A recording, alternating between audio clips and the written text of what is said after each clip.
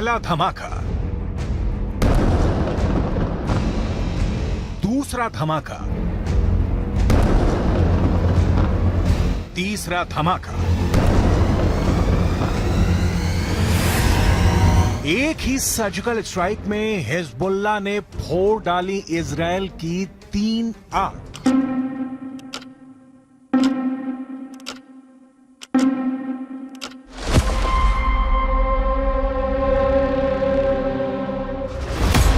पहली आंख,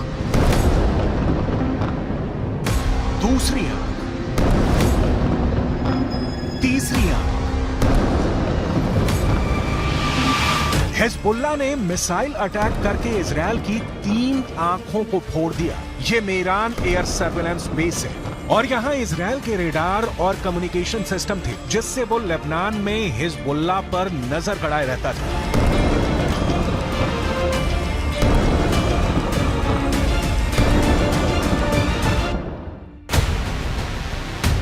अब सैटेलाइट तस्वीर की मदद से इस लोकेशन को समझिए। लेबनान बॉर्डर पर ये है इजराइल की 3 आंख, यानी 3 ग्लोब रेडार, और साथ में है इजराइल के कम्युनिकेशन टावर। ये मेरान एयर सर्विलांस बेस है, जिसे तैयार करने में इजराइल ने अरबों रुपए खर्च किए थे।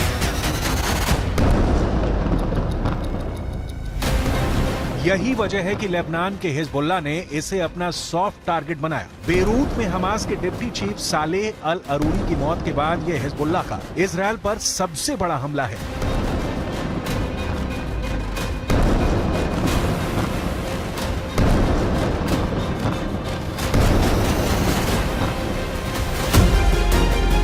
यह इजराइल के बहुत ही सीक्रेट बेस पर बहुत बड़ा हमला है। एक तरह से हिजबुल्लाह ने इजराइल के सीक्रेट बेस को मिट्टी में मिला दिया है। अब तक डरा हुआ लग रहा था हसन नसरल्लाह, लेकिन अब लग रहा है कि शुरू हो चुका है अरूरी का बदला। इजराइल पर टूट रहा है हिजबुल्लाह। हसन नसरल्लाह को पहले बैकफुट पर देखा गया। अरूरी की मौत के बाद हसन नसरल्लाह की जुबान में वो तीखापन नहीं था जिसकी इजराइल को उम्मीद थी, लेकिन अब हिजबुल्लाह ने अपना सबसे खतरनाक अटैक करके इजराइल को सोचने पर मजबूर कर दिया है कि वो हिजबुल्लाह से कैसे निपटेगा। עדיין יש בג'באליה מחבלים, רק כעת הם פועלים ללא מסגרת וללא מפקדים. נתקלנו וגם ניתקל בירי רקטי ספורדי מהמרחב הזה. תקפנו אותו ונמשיך לתקוף ונמשיך להעמיק את ההישג באזורים האלה. זה דורש זמן. אין קיצורי דרך בלחימה בטרור.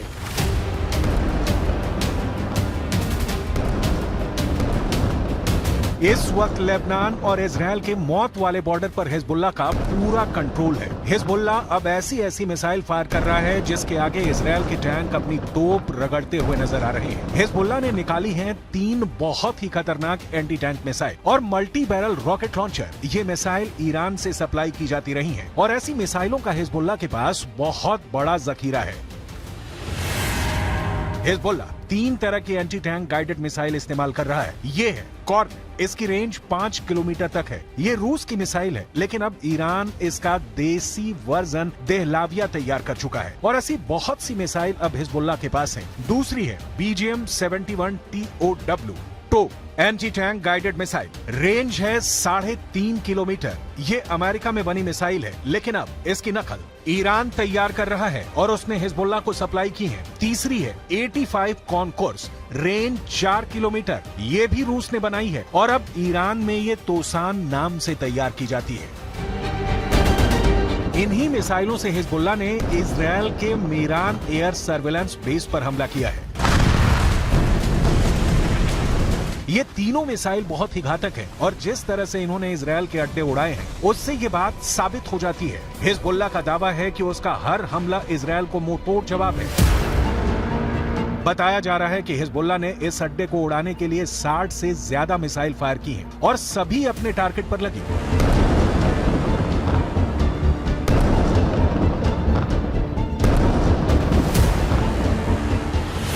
ये मेरान एयर सर्विलांस बेस के अंदर की तस्वीरें हैं, जिन्हें बहुत ही सीक्रेट माना जाता है। ये बेस 1967 में बनाया गया था ताकि लेबनान बॉर्डर पर नजर रखी जा सके। इसका कंट्रोल इजराइल की एयरफोर्स के पास है। इस बेस से हवाई टारगेट को भी ट्रैक किया जाता रहा है और रॉकेट और तोप के गोलों को भी ट्रैक किया जाता है ताकि लेबनान बॉर्डर से लगे उत्तरी इजराइल के इलाकों को सुरक्षित रखा जा सके। दक्षिण लेबनान और उत्तरी इजराइल के बीच जो बॉर्डर है वहाँ तनाव बहुत ज्यादा है। कब कहाँ बम फटेगा, कहाँ धमाका होगा, ये या तो हिजबुल्लाह जानता है या फिर इजराइल की सेना। वैसे यहाँ के लोगों को भी पता है कि बहुत जल्दी युद्ध का एपिसेंटर गाजा से निकलकर लेबनान तक पहुँच सकता है। यहाँ तैनात संयुक्त राष्ट्र की सेनाएं भी अलर्ट मोड पर हैं। लगातार पेट्रोलिंग हो रही है। हमास के डिप्टी चीफ सालेह अल अरूरी की मौत के बाद हिजबुल्लाह के सामने बस दो ही विकल्प है, या तो उसे मरना होगा या उसे मारना होगा। यही वजह है कि हिजबुल्लाह ने इजराइल के अड्डों को टारगेट करना तेज कर दिया है। इस वक्त पश्चिम एशिया में युद्ध की जो आग लगी हुई है, गाजा पर बमबारी के बीच हमास और इजराइल के बीच जिस तरह की टक्कर हो रही है, उसमें अब नया खतरा इजराइल और लेबनान बॉर्डर का भी है। यहाँ भड़के शोले अब युद्ध की इस आग को 10 गुना भड़का सकते हैं और अब दुनिया में सिर्फ 4 लोग इसे कंट्रोल कर सकते हैं। पहले हैं इजराइल के प्रधानमंत्री बेंजामिन नेतन्याहू, दूसरे हैं ईरान के राष्ट्रपति इब्राहिम रईसी, तीसरे हैं अमेरिका के राष्ट्रपति जो बाइडेन और चौथे हैं यूरोप से लेकर अमेरिका तक सबको हिला देने वाले रूस के राष्ट्रपति व्लादिमीर पुतिन।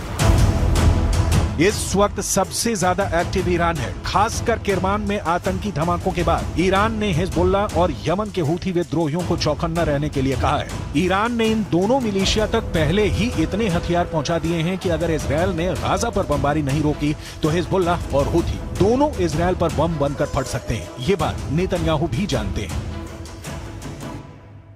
הנחתה את צה"ל לצאת למלחמה כדי לחסל את החמאס, להשיב את חטופינו ולהבטיח שעזה לא תהיה עוד איום על ישראל. אסור לעצור את המלחמה עד שנשיג את כל היעדים הללו.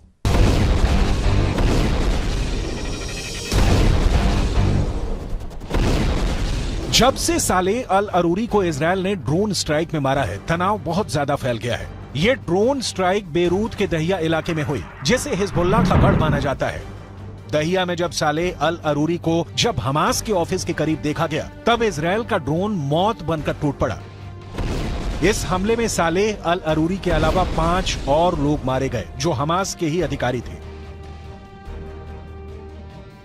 सवाल है कि क्या अरूरी की मौत का बदला अब सीधा युद्ध होगा, जिसमें बड़ी लड़ाई इजराइल और हिजबुल्लाह के बीच होगी। ऐसा युद्ध जिसमें इजराइल की तरफ होगा अमेरिका, जबकि हिजबुल्लाह की मदद करेगा ईरान। हालांकि बेंजामिन नेतन्याहू इससे पहले ही बेरूत को गाजा बनाने की धमकी दे चुके हैं।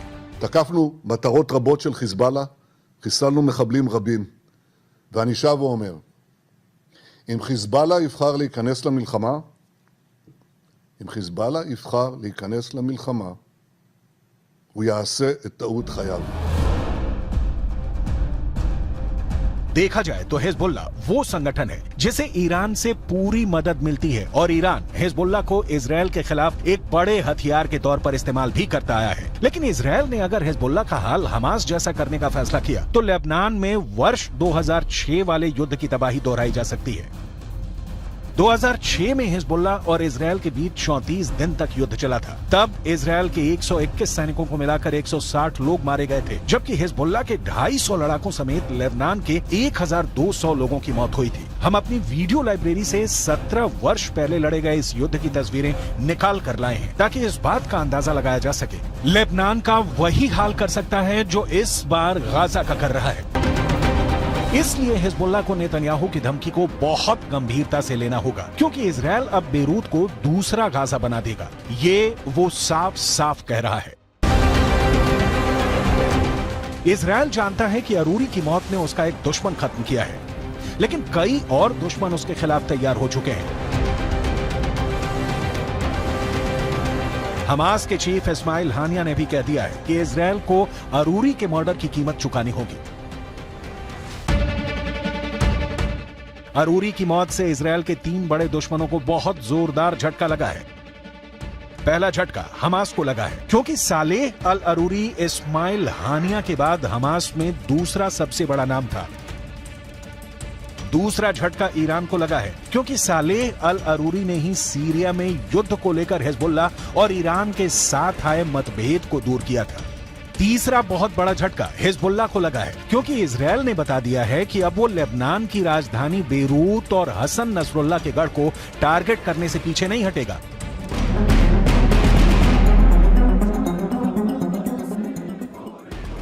इस वक्त गाजा के बाद वेस्ट बैंक में भी युद्ध के हालात बनते नजर आ रहे हैं। सालेह अल अरूरी की मौत के बाद वेस्ट बैंक में प्रदर्शन शुरू हो गए हैं। सड़कों पर हजारों लोग इजरायल के खिलाफ उतर आए हैं।